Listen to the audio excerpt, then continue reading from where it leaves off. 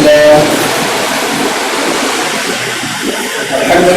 نحمده ونستهديه ونتوكل عليه ونعوذ بالله من شرور أنفسنا وسيئات أعمالنا من يهده الله فلا مضل له ومن يضلل فلا هادي له وأشهد أن لا إله إلا الله وحده لا شريك له وأشهد أن محمدا عبده ورسوله يا أيها الذين آمنوا اتقوا الله حق تقاته ولا تموتن إلا وأنتم مسلمون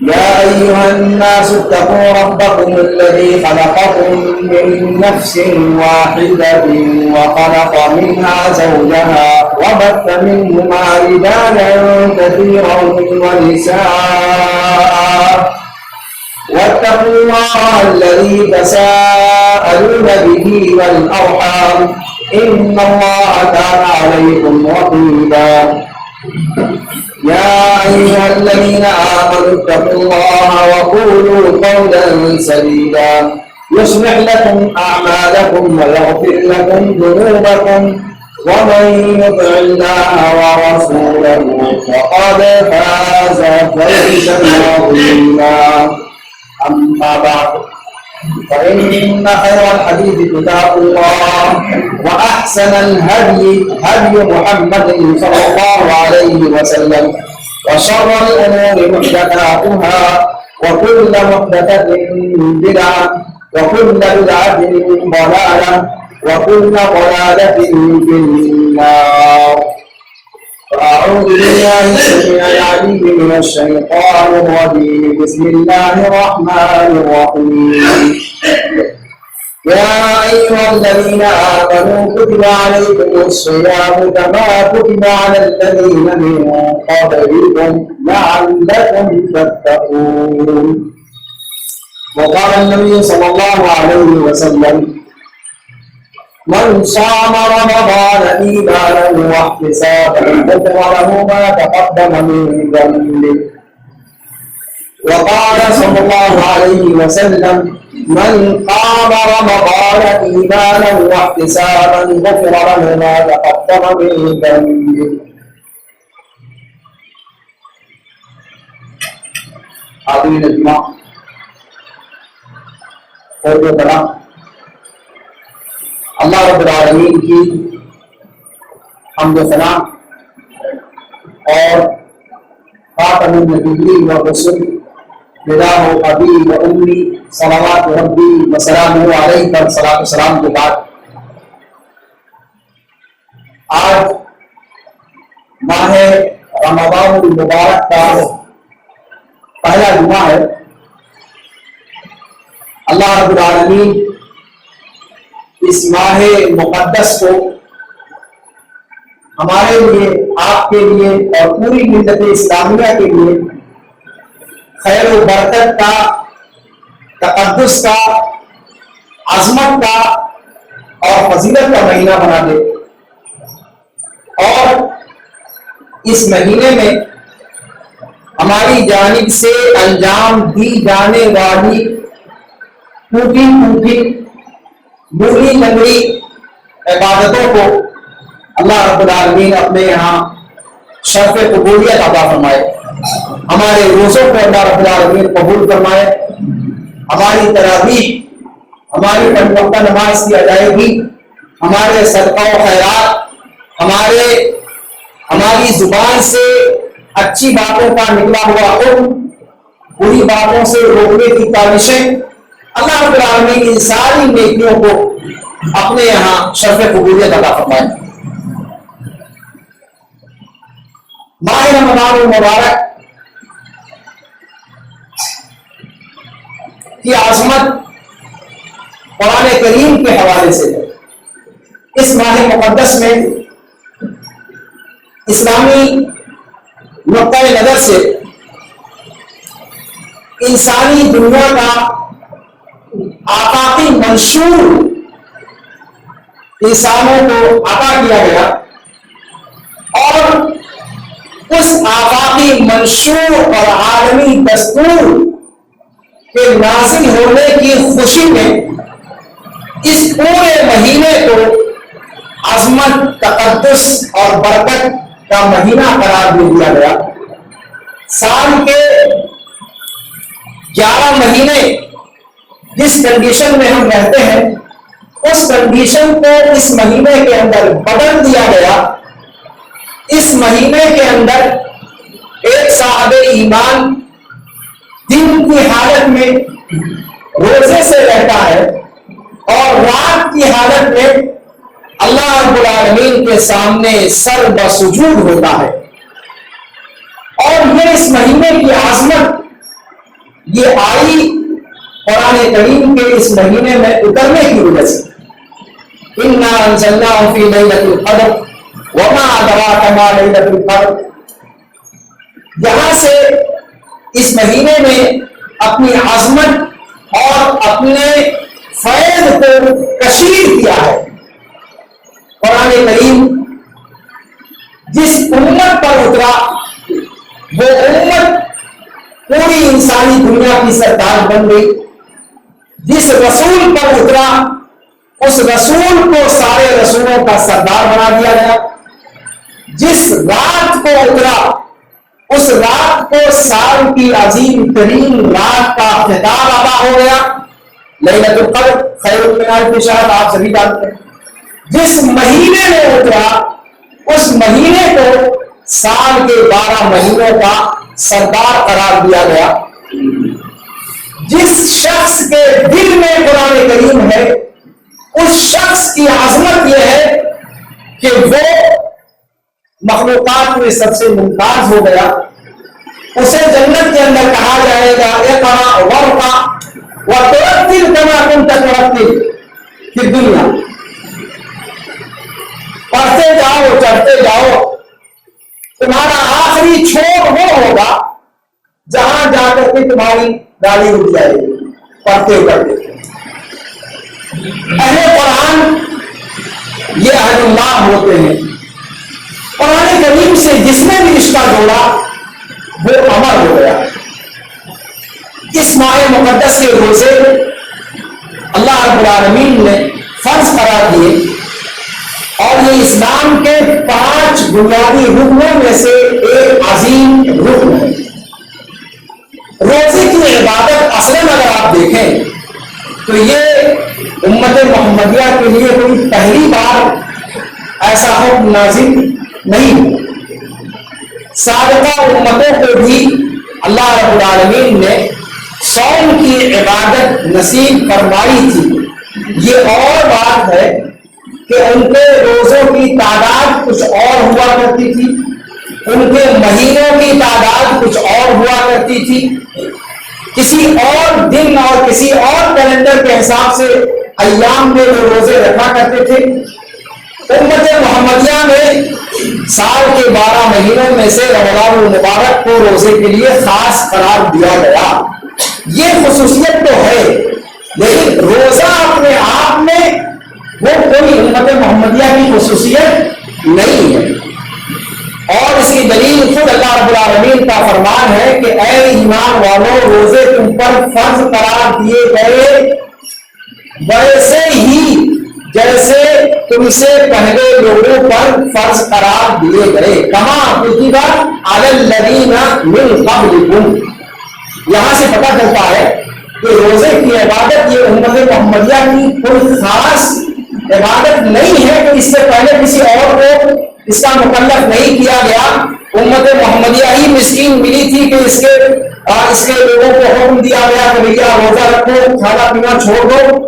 ایسی بات نہیں۔ کما کتب علی الذین من قبلکم، سابقہ امتوں کو بھی اس کا حکم دیا جاتا رہا ہے۔ اور آسمانی مذاہب کو چھوڑ دیجیے، آسمان سے جو اللہ رب العالمین نے انبیاء کرام کو بھیجا، رسولوں کو بھیجا قوموں کے پاس، وہ مذاہب بھی جو وضعی مذاہب کہے جاتے ہیں، جس کے ڈانڈے کسی انسان ہی سے جا کے ملتے ہیں، ان مذاہب کے اندر بھی روحانی ترقی کے حصول کے لیے برت رکھنے کا رواج پایا جاتا ہے، اور یہ ہم اور آپ سبھی مانتے ہیں۔ ہمارے ارد گرد بسنے والی جو دوسری قومیں ہیں، آپ ان کے یہاں بھی دیکھیں، برت کا تصور کہیں نہ کہیں ان کے یہاں بھی موجود ہے۔ یہ اور بات ہے کہ ان کا تصور ہمارے تصور سے کچھ ڈفرینس ہو، کچھ مختلف ہو، لیکن یہ اپنے آپ میں روزے کا تصور موجود ہے۔ روزے کا لفظ ہی فارسی مذہب سے آیا، مجوسی مذہب سے آیا۔ آپ جانتے ہیں کہ بہت سارے علماء محققین رمضان کے صوم کو روزہ سے تعبیر کرنے کو اچھا نہیں سمجھتے۔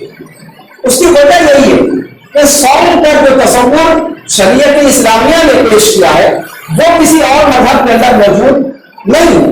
روزہ کا جو لفظ ہم بولتے ہیں، یا عام طور سے شریعت کے جو دیگر ارکان کے لیے ہم الفاظ استعمال کرتے ہیں، نماز کا معاملہ ہے، روزے کا معاملہ ہے، یہ سب نماز روزہ یہ سب کوئی اسلامی اصطلاح نہیں ہے۔ یہ تو بڑے صغیر کے اندر فارسی تہذیب کا، مجوسی تہذیب کا غلطہ ہونے کی وجہ سے یہاں کی اصطلاحات کو عام فہم لہجے میں بندوں تک، لوگوں تک پہنچانے کے لیے ہم لوگوں نے اس کے مطابق بنا لیا۔ یہ ہے نہیں، جو بات صوم کے اندر ہے وہ روزے میں خیر نہیں، دوسرا موضوع ہے۔ تو یہ روزے یا صوم دیگر امتوں پر بھی اللہ رب العالمین نے فرض قرار دیے، اور یہ اللہ رب العالمین کی طرف سے بندوں پر رحمت کے طور پر فرض کیے گئے، بندوں پر سختی کے لیے فرض نہیں کیے گئے، بلکہ بندوں پر اللہ رب العالمین رحمان و رحیم ہے۔ یہ رحمت کے تقاضوں کو پورا کرنے والی چیز ہے۔ بندوں کو کلفت میں، مشقت میں ڈالنا اللہ رب العالمین کا مقصود نہیں ہے۔ اور اسی لیے آپ شریعت اسلامیہ کو اگر دیکھیں، علماء محققین نے اس صوم کی فرضیت کے حوالے سے بیان کیا ہے کہ یہ صوم امت محمدیہ میں 4 مرحلوں میں فرض کیا گیا۔ کتنے مرحلوں میں؟ 4 مرحلوں میں صوم کی عبادت فرض قرار دی گئی۔ آپ کو کیا لگتا ہے اچانک اللہ تعالیٰ نے کہہ دیا یا ایھا الذین آمنوا کتب علیکم الصیام کما کتب علی الذین من قبلکم، اچانک روزہ کی کوئی عبادت نہیں تھی، اچانک اللہ تعالیٰ نے آرڈر نازل کر دیا 1 مہینے کے روزے رکھو؟ ایسا نہیں، روزے کا حکم، صوم کا حکم 4 اسٹیپ میں آیا، یعنی 4 اسٹیپ میں معاملہ وہاں پہنچا جہاں آج ہمارا اس رمضان کے مہینے کو مناتے ہیں۔ فرسٹ اسٹیپ آپ دیکھیں، شروعات کس سے ہوئی؟ شروعات اس سے ہوئی کہ اللہ کے رسول صلی اللہ علیہ وسلم کو حکم دیا گیا کہ نبی صلی اللہ علیہ وسلم ہر مہینے کے ایام 20 کے روزے رکھیے، یعنی چاند کے اعتبار سے 13، 14 اور 15 جو تاریخیں ہیں عربی کیلنڈر کے حساب سے، جن کو ایام 20 کہا جاتا ہے، روشن راتیں، یعنی جس میں چاندنی ہوا کرتی، آپ صلی اللہ علیہ وسلم ان ایام کے روزے برابر رکھا کرتے تھے۔ تو آپ صلی اللہ علیہ وسلم پر 2 روزے فرض قرار دیے گئے۔ ایک تو ہے ابھی جو ہم رکھتے ہیں وہ تو سنت سمجھ کر کے رکھتے ہیں نا، لیکن پہل یہ آپ صلی اللہ علیہ وسلم پر فرض تھے کہ نبی صلی اللہ علیہ وسلم آپ ایام 20 کے روزے رکھیے، یعنی ہر مہینے 12، 13، 14 اور 15 تاریخوں کے روزے اللہ کے رسول صلی اللہ علیہ وسلم پر فرض قرار دیے گئے، اور امت کو چھوڑ دیا گیا؟ نہیں، چھوڑا نہیں گیا، امت پر 1 دن کا روزہ سال میں رکھا، فرض کیا گیا، اور وہ روزہ کون سا تھا؟ عاشورہ کا روزہ، 10 محرم کا روزہ۔ آپ صلی اللہ علیہ وسلم نے امت پر فرض قرار دیا کہ اس روزے کو رکھیں۔ سیکنڈ اسٹیپ، یہ پہلا اسٹیپ ہوا جس میں 1 دن کا روزہ امت محمدیہ رکھتی تھی، اور اللہ کے رسول صلی اللہ علیہ وسلم ایام 20 کے روزے رکھا کرتے تھے، اور برس یہ سب چیزیں بھی رکھتے تھے۔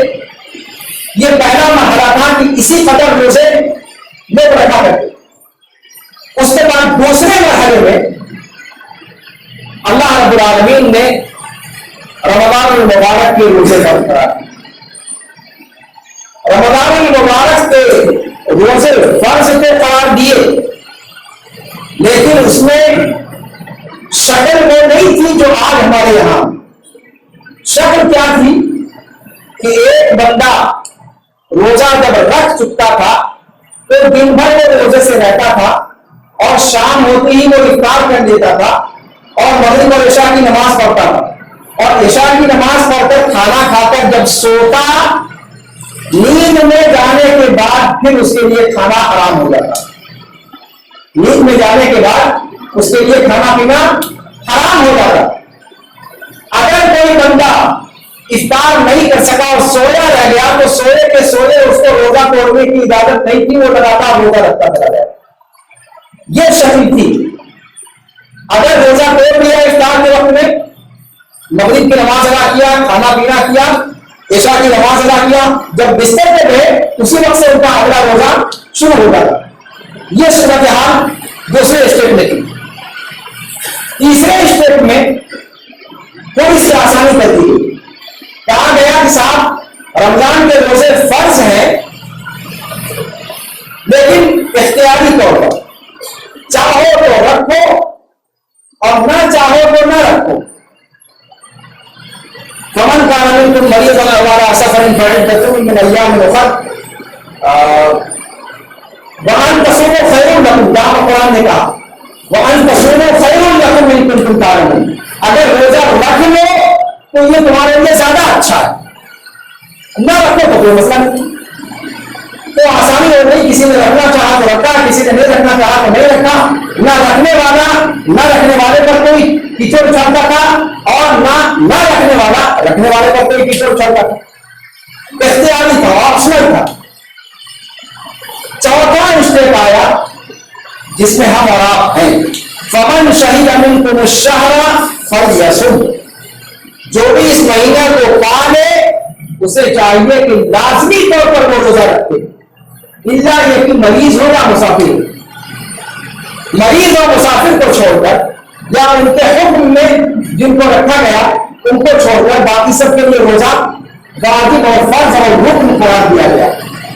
اور یہ وہ والا روزہ کہ جو سحری کے وقت میں صادق سے لے کر اور غروب آفتاب تک رکھا جاتا ہے, اور اس کے بعد رات بھر کھانے پینے کی آزادی دے دی گئی, چاہے آدمی سویا رہے چاہے جاگا رہے. جو شکل آج ہم اور آپ دیکھ رہے ہیں روزے کی, یہ چوتھے اسٹیپ میں آ کر کے رمضان مبارک کے روزوں کی یہ شکل ہے جو امت محمدیہ میں قیامت تک کے لیے اللہ رب العالمین نے باقی رکھی. تو یہ جو رمضان المبارک کے روزے ہیں یہ اللہ رب العالمین کی, اچھا یہی چیز آپ دیکھیں, اللہ رب العالمین اصل میں جب شریعت اتری تو شریعت یہ فطرت کے مطابق ہے, انسان کی فطرت کے مطابق ہے. کوئی ایسی چیز اللہ تعالیٰ نہیں اتارتا جو انسانی فطرت کے خلاف ہو. دیکھیں آپ روزے کے اندر اسٹیپ بائی اسٹیپ اس کو عادی بنایا گیا. جب پورے طور پر ایمان ان کے دلوں میں بیٹھ گیا تب جا کر کے رمضان المبارک کے روزوں کی یہ شکل جو ہم آپ دیکھ رہے ہیں اس کو قیامت تک کے لیے باقی رکھ دیا گیا. آپ دیکھیں نا یہ ایسا کیوں کیا گیا؟ کیونکہ انسان کھانے پینے کا رسیا ہے. کھائے پیے بغیر انسان, آپ جانتے ہیں کہ دنیا میں جو کچھ بھی ہوتا ہے کافی پیٹ کے لیے تو ہوتا ہے. پیٹ کو بھوکا رکھنا یہ بہت بڑا مسئلہ ہے. آپ کہتے ہیں کہ کسی کے پیٹ پر لات نہ مارو, مسئلہ کیا ہوتا ہے؟ یعنی آج انسان میں دنیا میں انسان جتنی برائیاں کرتا ہے وہ آخر اپنے پیٹ کے لیے ہی تو کرتا ہے یا اور کسی کے لیے کرتا ہے. تو پیٹ کا مسئلہ, انسان سے غذا چھوڑنے کا مطالبہ کرنا, بھوکے پیاسے رہنے کا مطالبہ کرنا, یہ بہت بڑی چیز ہے. اور اتنی آسانی کے ساتھ انسان اس کو ایکسپٹ نہیں کر سکتا جب تک کہ اس کے اندر ایمان نہ پایا جائے پورے طور پر. ایسے ہی انسان کے اندر رغبت جس چیز کی ہوتی ہے جتنی زیادہ, جب اس چیز سے روکا جاتا ہے تو قرآن میں یا حدیث میں اس کو اسٹیپ بائی اسٹیپ روکا. شراب کا معاملہ دیکھ لیا, جب شریعت مطہرہ کا نزول ہو رہا تھا, آپ سبھی جانتے ہیں عرب کے لوگ شراب کے رسیا تھے, ان کی گھٹی میں پڑی ہوئی تھی شراب, بوتلوں پہ بوتلیں, جام پہ جام لٹایا کرتے تھے. یہ چیز ان کے یہاں فخر کا سبب تھی. کیا شریعت مطہرہ نے حرام چیز ہے کیا ڈائریکٹ آ کر کے کہہ دیا کہ شراب حرام ہے چھوڑ دو؟ کیا ایسا ہوا؟ نہیں. 3 اسٹیپ میں اس کو بھی دھیرے دھیرے کر کے چھڑوایا گیا. یہ ظالم لوگوں کی لگی چھٹتی نہیں ہے اتنی آسانی کے ساتھ. اور یہ چیز اللہ کے رسول صلی اللہ علیہ وسلم کے زمانے میں صحابہ کرام کے درمیان جن کے ایمان کی کمی کے بارے میں آپ سوچ نہیں سکتے، لیکن ان کے درمیان بھی اس کمبخت منہ کی لگی ہوئی کو چھڑوانے کے لیے 3 اسٹیپ میں شریعت مطہرہ نے حکم نازل کیا. تب جا کر کے یہ ہمیشہ کے لیے قیامت تک کے لیے حرام قرار پائی. اس سے ایک سیکھ ملتی ہے کہ مسلمانوں کو حکمت کے ساتھ کام لینا چاہیے. جس معاشرے میں انسان رہتا ہے، جہاں پر انسان کا بود و باش ہے، وہاں کا ماحول کیا ہے، وہاں کے خمیر میں کیا چیز ہے، وہاں کی گھٹی میں کیا چیز پڑی ہوئی ہے، اور جو چیز وہاں کی آب و ہوا میں رچی بسی ہوئی ہو، ان چیزوں کو، ان عادتوں کو چھوڑوانے میں یکلخ فیصلہ کرنا یہ آسان کام نہیں ہے. اس لیے اس کو اسٹیپ بائی اسٹیپ اللہ کے رسول صلی اللہ علیہ وسلم نے معاذ بن جبل رضی اللہ تعالیٰ عنہ کو یمن جب دعوت کا کام کرنے کے لیے بھیجا، کیا کہا؟ ایک ہی دن میں سارے شریعت کے احکام نازل ان کو بتلا دو؟ نہیں، شروعات عقیدے سے کیا. پہلے توحید اور شرک کے مضمون کو بتاؤ، پہلے اللہ واحد کا تصور ان کے ذہن و دماغ میں جاگزی کراؤ. اس لیے کہ جب اللہ رب العالمین کے ایک ہونے کا تصور انسان کے ذہن میں آ جائے گا، جب انسان توحید پرست ہو جائے گا، جب اللہ رب العالمین کو اپنے نفع نقصان دینے اور چھیننے اور عطا کرنے اور منع کرنے کا مالک و مختار مان لے گا، پھر اس کے لیے باقی چیزوں کو کرنا آسان ہو جائے گا. تو پہلے ہی مرحلے میں سارے احکام یکلخت نہیں اللہ تعالیٰ نے اتار دیے کہ پہلے ہی دن جب کہا کہ شرک کو چھوڑو، اسی دن کہہ دیا نماز پڑھو، اسی دن کہہ دیا شراب چھوڑو، اسی دن کہہ دیا سود مت کھاؤ، اسی دن کہہ دیا ایسا کرو، اسی دن نہیں. یہ اسٹیپ بائی اسٹیپ چیزیں ہوتی ہیں. جیسا ماحول، جیسا معاشرہ، جیسی بود و باش، جیسی آب و ہوا، حکمت کے تقاضے کے تحت دعوت کا کام کیا جانا چاہیے. رمضان مبارک پر گفتگو چل رہی تھی. یہ ماہ مبارک اللہ رب العالمین نے امت محمدیہ کو سوغات میں عطا کیا ہے. اس مہینے کے اندر بطور خاص اللہ رب العالمین بے انتہا معذرت کرنے لگتا ہے، اپنے بندوں کو بخشنے لگتا ہے. اللہ رب العالمین کی رحمت کا دریا اس پورے مہینے بطور خاص جوش میں رہتا ہے. پورے مہینے یہاں پر خیال کیجیے گا کہ میرا اشارہ یہ ہے، کچھ لوگ کہتے ہیں کہ صاحب اس کا پہلا عشرہ رحمت کا ہے، دوسرا مغفرت کا ہے، تیسرا جہنم سے آزادی کا ہے. یہ بات صحیح نہیں ہے. اللہ رب العالمین کی رحمت، مغفرت اور جہنم سے آزادی اس مہینے کے اندر ہر روز بغیر کسی ناغہ کے، بغیر کسی انقطاع کے، بغیر کسی بیچ میں موقوف ہوئے یہ سلسلہ اس پورے مہینے لگاتار جاری رہتا ہے. اللہ رب العالمین کی رحمت نہیں کہ پہلا عشرہ پہلا دہا رحمت کا، دوسرا دہا مغفرت کا، تیسرا دہا جہنم سے آزادی کا. یہ بات جو لوگ کہتے ہیں وہ لوگ درست بات نہیں ہے. اس لیے کہ اللہ رب العالمین کی رحمت اور مغفرت بٹی ہوئی نہیں ہے. اس مہینے کے اندر اللہ رب العالمین کی رحمتوں کا، مغفرتوں کا، جہنم سے آزادیوں کا پروانہ اللہ رب العالمین کی طرف سے اس مہینے کے اندر ہر گھڑی جاری و ساری رہتا ہے. یہ مہینہ انتہائی عظمت کا حامی مہینہ ہے. اللہ کے رسول صلی اللہ علیہ وسلم نے فرمایا کہ جس نے ماہ مبارک کے روزے ایمان کی حالت میں اور اللہ کے یہاں ثواب کی نیت سے رکھے، ڈائٹنگ کے لیے نہیں، دھیان دیجیے گا، ایمان و احتساباً. اس لیے کہ ڈائٹنگ کے لیے تو بہت سارے غیر مسلم بھی رکھتے ہیں. ابھی آپ لوگوں نے اخباروں میں پڑھا ہوگا مہاراشٹر کی کوئی کسی تھانے کی لیڈی انسپیکٹر ہے، وہ کئی سالوں سے پورے مہینے کے روزے کا اہتمام کرواتی ہے. نہ صرف یہ کہ خود رکھتی ہے، تھانے کے جتنے پولیس کرمی ہیں ان سب کو روزہ رکھواتی ہے اور اجتماعی افطار بھی کرواتی ہے. تو کیا اس کا روزہ ہوگا؟ وہ روزہ اس لیے رکھتی ہے کہ اس کو لگتا ہے کہ میڈیکل سائنس کے اعتبار سے سال کے 360 دن میں اگر 30 دن انسان اس کنڈیشن میں رہتا ہے تو اس کو سال بھر کے لیے صحت کے حوالے سے بھی سوچنا نہیں ہے، وہ ایک پرائرٹی ہے. اس کو اسلام کی تعلیم کے اندر جو چیز دکھائی دیتی ہے اس کو اڈاپٹ کر لیا، لیکن اس پر اس کو آگے تو نہیں ملے گا. وہ ڈائٹنگ کے لیے کہہ رہی، ڈائٹنگ کا فائدہ اس کو ملے گا. تو جس نے اس مہینے کا روزہ رکھا ایمان کے ساتھ اور اللہ رب العالمین کا حکم سمجھ کر کے، اللہ رب العالمین کے یہاں اس کے ثواب کی نیت کا استحضار کر کے، کیا ہوا اس کا؟ غفر لہ ما قدم من ذنبہ، اس کے سابقہ گناہوں کو اللہ رب العالمین بخش دے گا.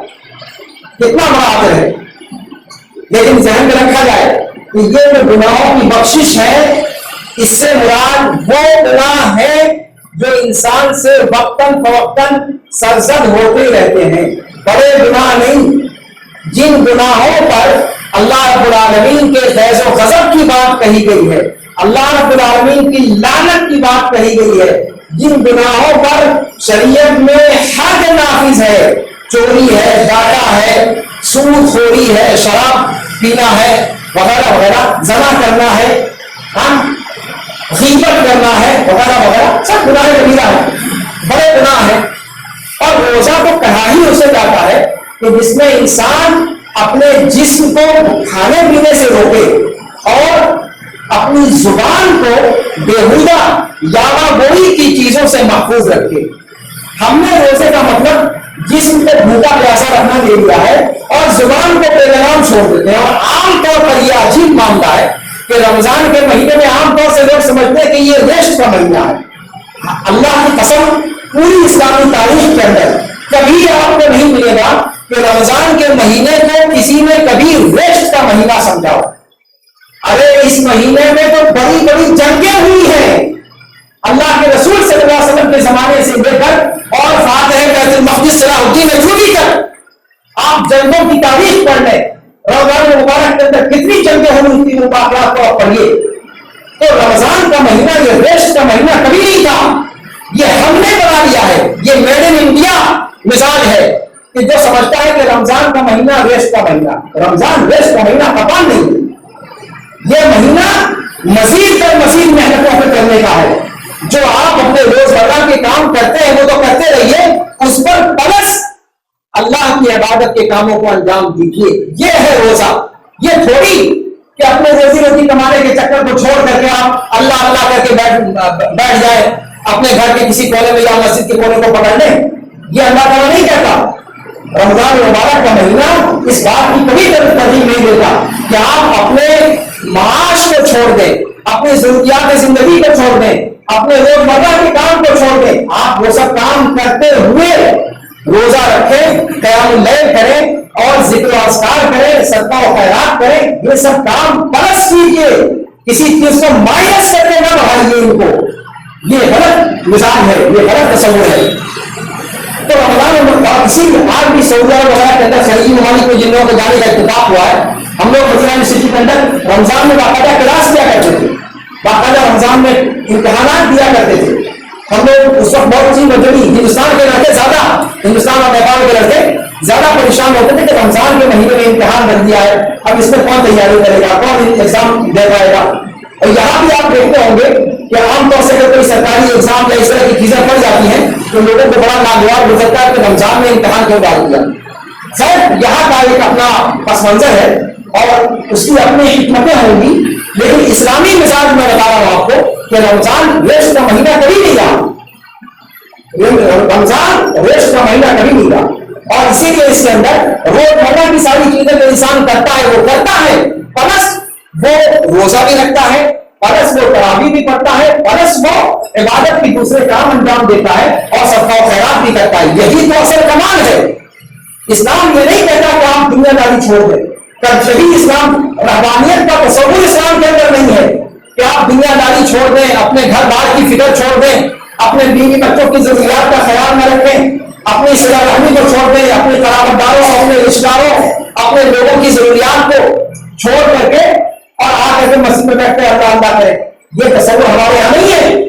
ہمارے یہاں تصور حج کے اندر بھی اللہ تعالیٰ نے کہا، اللہ تعالیٰ نے حج جیسی عبادت میں کہا کہ اگر حج کرتے ہوئے کچھ دنیا دنیا داری کے کام کر لیتے ہو تو وہ تمہارے لیے پلس ہوگا، اس سے روکا نہیں گیا۔ اور اسی لیے ہمارے مدینہ یونیورسٹی کے اندر بہت سارے ساتھی چائنا وائنا کے تھے، وہ حج کرنے جاتے تھے اور ساتھ میں اپنا بزنس بھی کرتے تھے۔ وہ چائنا سے سامان منگوا لیا کرتے تھے اور مینا کے راستے میں، عرفات کے راستے میں بیٹھ جایا کرتے تھے اور وہ سامان بھی بیچا کرتے تھے۔ حج کا حج ہو جاتا تھا اور ساتھ میں بزنس کا بزنس ہو جاتا تھا۔ تو شریعت اس سے نہیں روکتی کہ جائز حدود میں آپ دنیا داری کو اختیار کریں، اس سے شریعت نے کہیں نہیں روکا۔ تو یہی معاملہ رمضان کے روزے کا ہے۔ تو رمضان کے روزے کو آرام کا مہینہ تصور کر لینا اور ذرا سا اگر کوئی کام کرنا پڑ جائے تو کیا یار روزے میں کم کرتے ہو، روزے میں کم کرتے ہو، اللہ کے بندے روزے ہی میں کم ہونا چاہیے، روزے ہی میں آپ سارے کام انجام دیں اور پلس اللہ کی عبادت کریں، یہی تو کمال ہے۔ یہ تھوڑی کہ آپ دنیا داری چھوڑ دیں۔ تو اس تصور کو ہمیں اپنے ذہن و دماغ سے باہر کرنا چاہیے اور دنیا کے سارے کاموں کو بحسن و خوبی جیسے انجام دیتے تھے اس سے اچھے طریقے سے انجام دیتے ہوئے اس مہینے کے روزے کو بھی پورا کریں اور اس مہینے کی عبادتوں کو انجام دینے کی کوشش کریں۔ اللہ رب العالمین کے اجر و ثواب کے اپنے آپ کو مستحق کر ڈالیں۔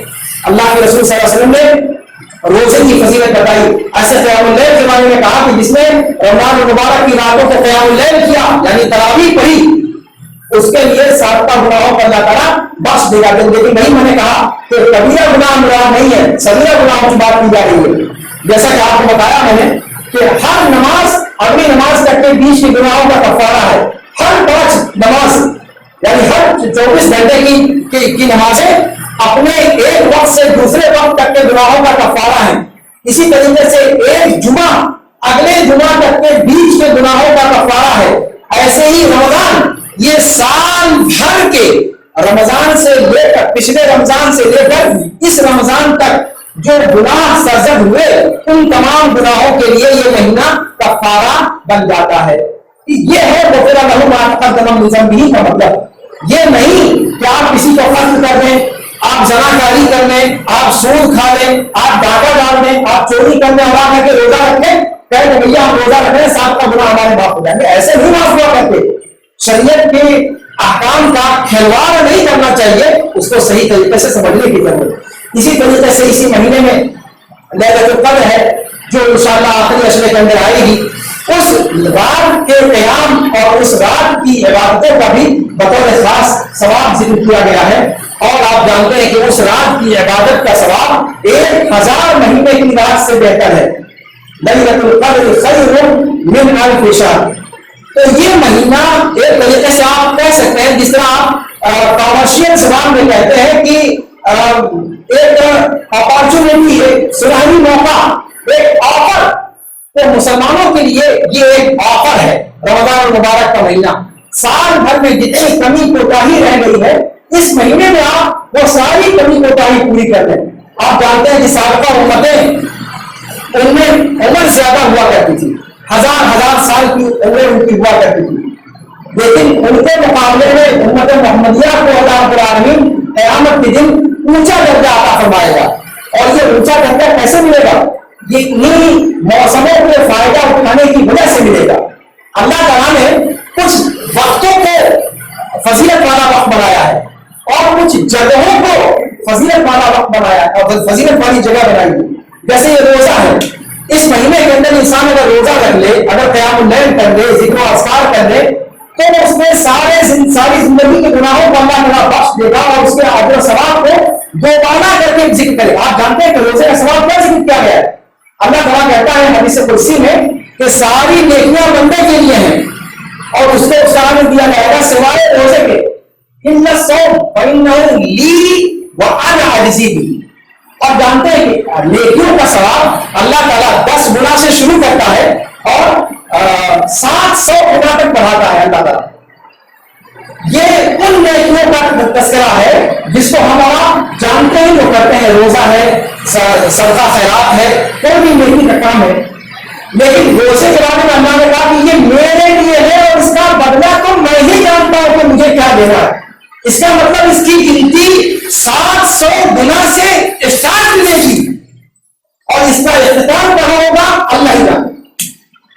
اور نظر لگائیے آپ اس کے اجر و ثواب کو کوئی آپ تصور نہیں کر سکتے ہیں. وہ نیکیاں 700 گنا تک جس کو بڑھانے کا ذکر کیا گیا وہ عام نیکیاں ہیں، لیکن روزے کو تو اللہ نے اپنے لیے خاص کر لیا ہے. اس کا معاملہ وہاں سے شروع ہوگا جہاں سے بقیہ نیکیوں کا اجر ختم ہوگا. تو اس لیے اس کا تصور اور اس کا ادراک کریں اور کوشش کریں کہ اس ماہ مبارک کے جو اجر و ثواب کے مواقع ہیں ان مواقع سے ہم اور آپ فیض یاب ہوں، ان سے جس قدر اس سے فائدہ اٹھا سکتے ہیں ان سے فائدہ اٹھانے کی کوشش کریں. اللہ رب العالمین ہمیں توفیق دے کہ اس ماہ مبارک کی ہر گھڑی کو ہم قیمتی سمجھیں. اچھا یہ رمضان مبارک کے بارے میں میں نے کہا زمانے کے اعتبار سے، ایسی جگہ کے اعتبار سے جیسے حرمین شریفین کا معاملہ ہے. آپ بیت اللہ شریف کے اندر اگر ایک وقت کی نماز پڑھ لیتے ہیں آپ کو دنیا کی بقیہ مسجدوں میں 1,00,000 نماز کے برابر ثواب ملے گا صرف ایک نماز کا.